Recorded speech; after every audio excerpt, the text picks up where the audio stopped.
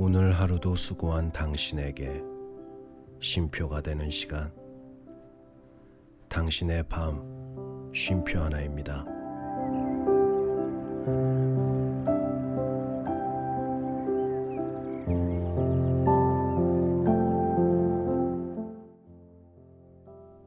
안녕하세요. 남자 사람입니다. 오늘은 탈무드의 교훈 마지막 이야기입니다. 오늘 이야기들 중에서 평판이라는 이야기가 있는데요.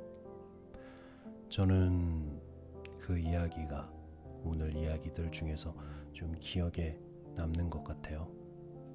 글쎄요. 제가 속물이라서 그럴 수도 있을 것 같은데, 뭐랄까, 공감이 된다고 해야 할까요?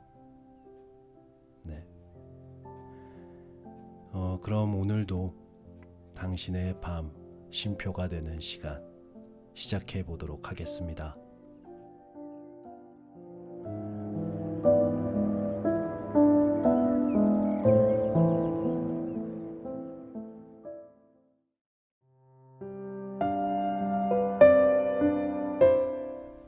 탈무드의 교훈 네 번째 이야기.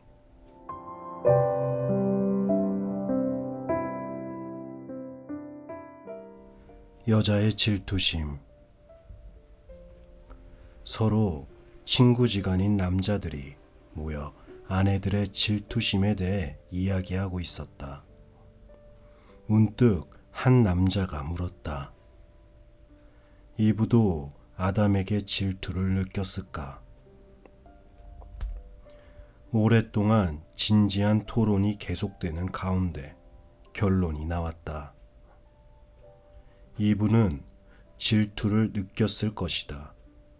질투가 따르지 않는 사랑은 있을 수 없으며 질투하지 않는 여자도 있을 리가 없으니까. 이브는 아담이 돌아오면 언제나 그의 갈빗대를 세워보았을 것이다. 악마가 천사의 동생인 것처럼 질투는 사랑의 누이이다. S.J. 드 부플레. 수다쟁이. 한 마을에 수다쟁이 사나이가 살고 있었다. 그는 쉴 새 없이 혼자서만 떠들어대며 상대방에게 좀처럼 말할 기회를 주지 않았다. 하루는 이 사나이가 이웃마을의 대표를 찾아와 말했다. 우리 마을의 장이 당신을 욕하더군요. 천만에 그럴 리가 없소. 그는 벌떡 일어서면서 거듭해서 외쳤다. 아니요, 내 이 귀로 똑똑히 들었는걸요. 그럴 리가 없어. 무엇보다 당신과 대화를 하면 그 사람은 한마디도 말할 겨를도 없을 테니까. 진실한 말은 아름답지 않고 아름다운 말은 미덥지 않다. 노자. 신자와 선인은 다르다. 어떤 마을에 스스로 경건한 신자임을 자처하면서 예배당에는 잘 다니고 있지만 실제 품행은 매우 나쁜 사나이가 있었다. 하루는 목사가 그를 불러 품행을 바르게 하라고 주의를 주었다. 그러자 그 사나이가 말했다. 나는 정해진 날에는 꼬박꼬박 예배당에 다니는 경건한 신자인뎁쇼. 여보게나, 동물원에 매일 간다고 해서 사람이 동물이 되는 건 아니지 않는가? 이성은 바깥쪽으로 움직이고 타인에게로 열린다. 마음은 안쪽으로 열리고 자신에게로 열린다. B.S. 라즈니시. 선과 악. 존경하는 스승에게 제자가 물었다. 경건한 자가 사람들에게는 올바르게 살도록 강권하지 않는 것은 무슨 까닭입니까? 그들은 항시 작은 일을 행하고 올바르게 살도록 사람들에게 권하고 있지 않는가? 그러나 악한 자가 사람들을 악한 짓을 하도록 유혹하는 쪽이 훨씬 강한 힘을 가지고 있으며 또 사람들을 악한 짓을 하도록 꾀어들여 패거리를 늘리고자 할 때 우리들보다도 더욱 열심히 하고 있습니다. 올바른 일을 행하고 있는 사람은 혼자 걷기를 두려워하지 않는 법이라네. 그러나 나쁜 짓을 하는 자는 혼자 걷기를 두려워하기 때문이지. 정의를 향한 신념이 가져다주는 최대의 열매는 마음의 평정이다. 에피쿠로스. 평판. 아키바가 임종을 앞두고 있었다. 학업 성적이 꽤 우수했던 그의 아들이 아버지에게 말했다.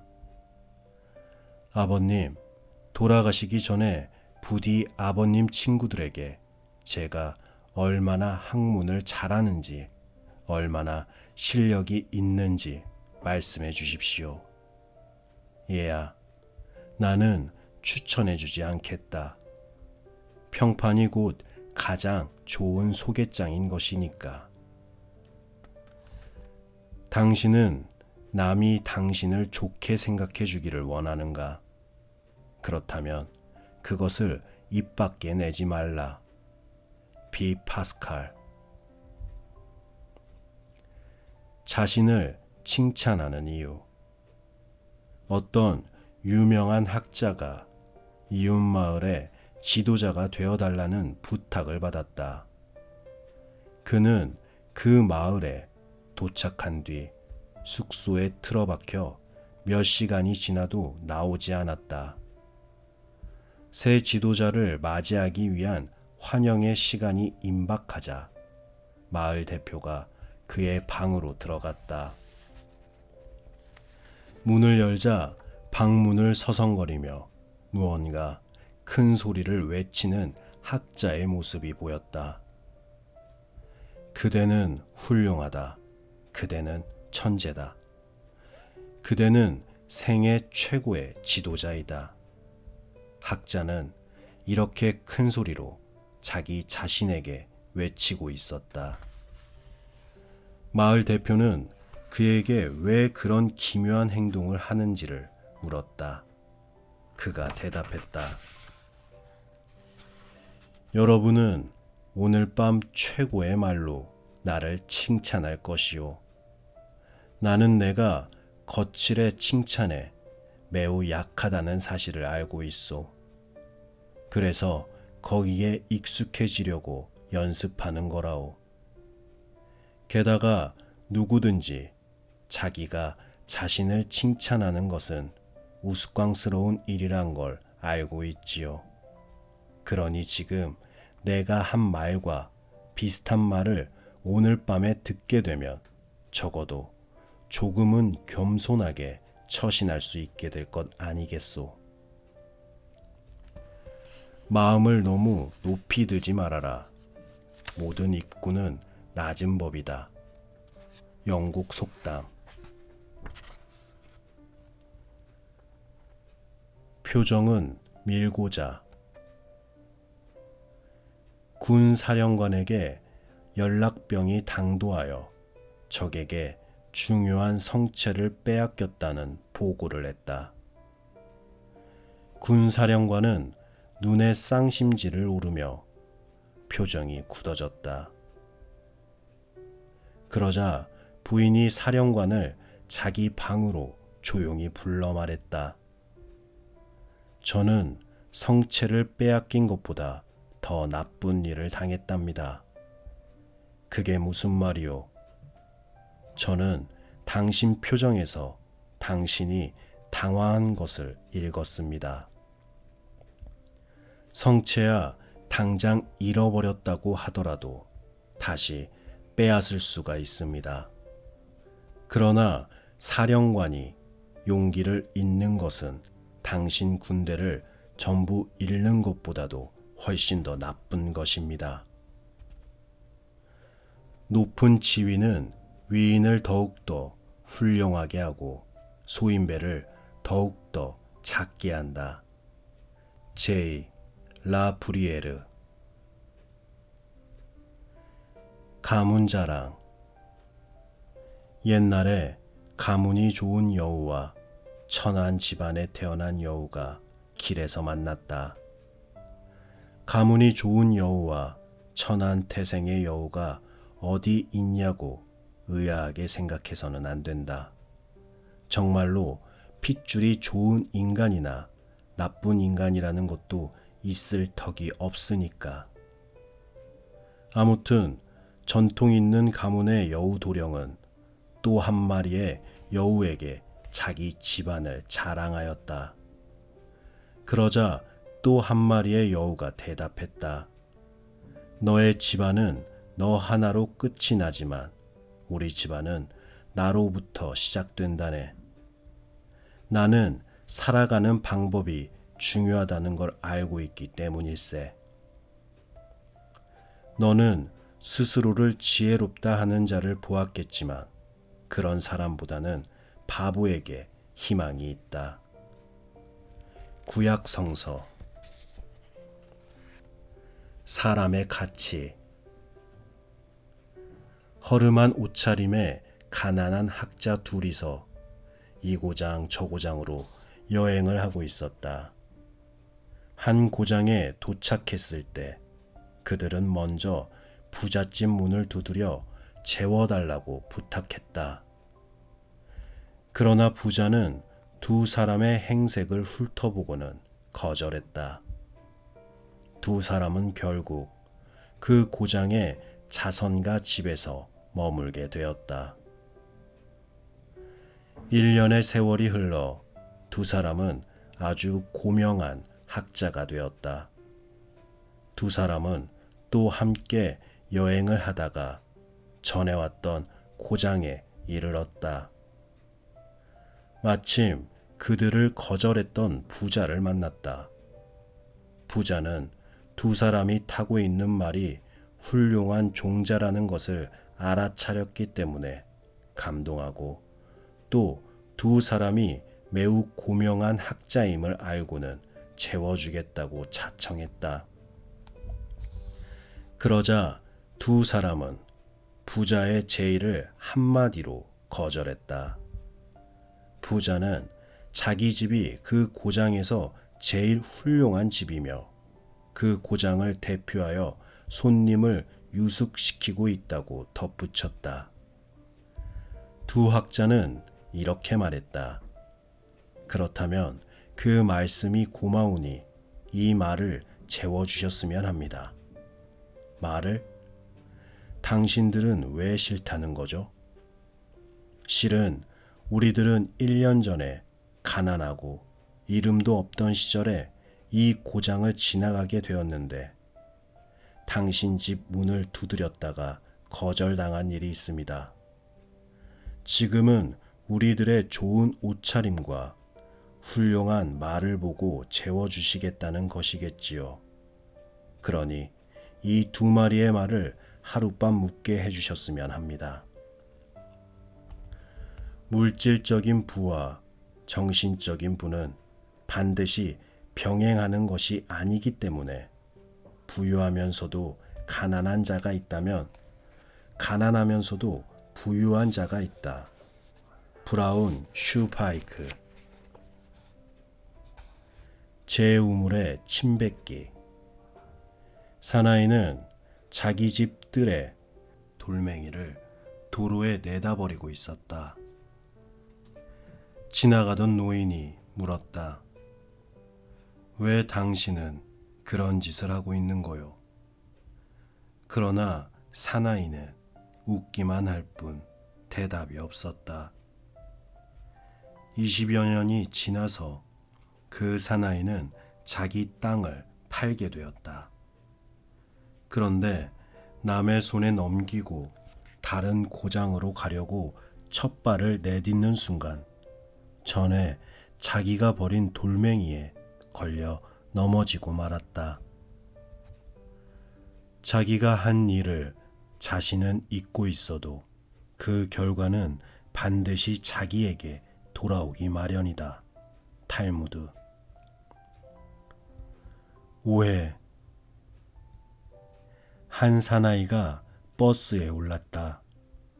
그가 빈자리를 찾기 위해 주위를 살펴보았더니 몸집이 절구통 같은 부인이 푸들 강아지를 데리고 의자를 둘씩이나 차지하며 앉아 있었다. 이 개가 한 사람 몫에 좌석을 점령하고 있었던 것이다. 그는 몹시 피곤하고 지쳐 있었으므로 부인에게 양해를 구했다. 미안합니다만 이 좌석을 비워주실 수 있으시겠습니까? 그러자 부인은 못 들은 척하고 있었다. 그는 다시 한번 말했다. 죄송합니다만 이 개 대신 저를 앉게 해주십시오. 이번엔 부인이 머리를 옆으로 절레절레 내저었다. 사나이는 화가 나서 그 강아지를 버스 창밖으로 내던졌다. 그러자 옆에 있던 사나이가 그를 한심한 듯 바라보았다. 나쁜 건 강아지가 아니라 그 여자가 아니오.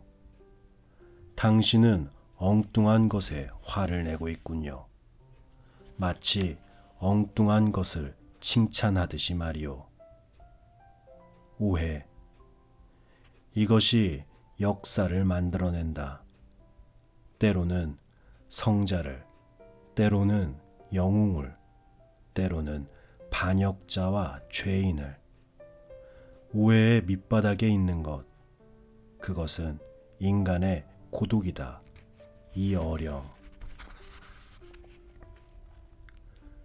옷이 화려한 이유. 외국에서 학자가 이민을 왔다. 그의 복장은 매우 화려하고 훌륭했다. 그것을 본 한 젊은이가 그의 아버지에게 물었다. 어째서 외국에서 온 학자들은 저렇게 호화스러운 복장을 하고 있는 걸까요? 그건 그들이 대단한 학자가 못 되기 때문이란다. 그들은 훌륭한 옷이라도 입어서 자신을 위압하려던 것이지. 그러자 옆에 있던 아버지가 말씀하셨다. 아니다. 모두 잘못 알고 있구나. 저들이 저렇게 좋은 옷을 입고 있는 것은 그들이 다른 나라에서 이민 온 사람이기 때문이란다. 자기가 살았던 고장에서는 평판에 의해 사람을 헤아리지만 밖에 나가면 의복에 의해서 평가되거든. 사람과 생유리 창문은 그것을 빛내는 알에서 판단을 해야 공평하다. W.A. 워드. 자물쇠. 어머니는 자물쇠로 문을 잠그고 있었다. 옆에 서 있던 어린 아들이 말했다. 나쁜 사람이 들어올까봐 그렇게 잠그는 거지요. 아니란다. 정직한 사람을 위해서 잠그는 거란다. 문이 열려 있으면 정직한 사람이라도 유혹을 받을 수 있기 때문이지. 인간의 행동은 모두 다음 7개 원인의 하나 혹은 그 이상의 것을 가진다. 기회, 본능, 강제, 습관, 이성, 정열, 희망이 곧 그것이다. 아리스토텔레스.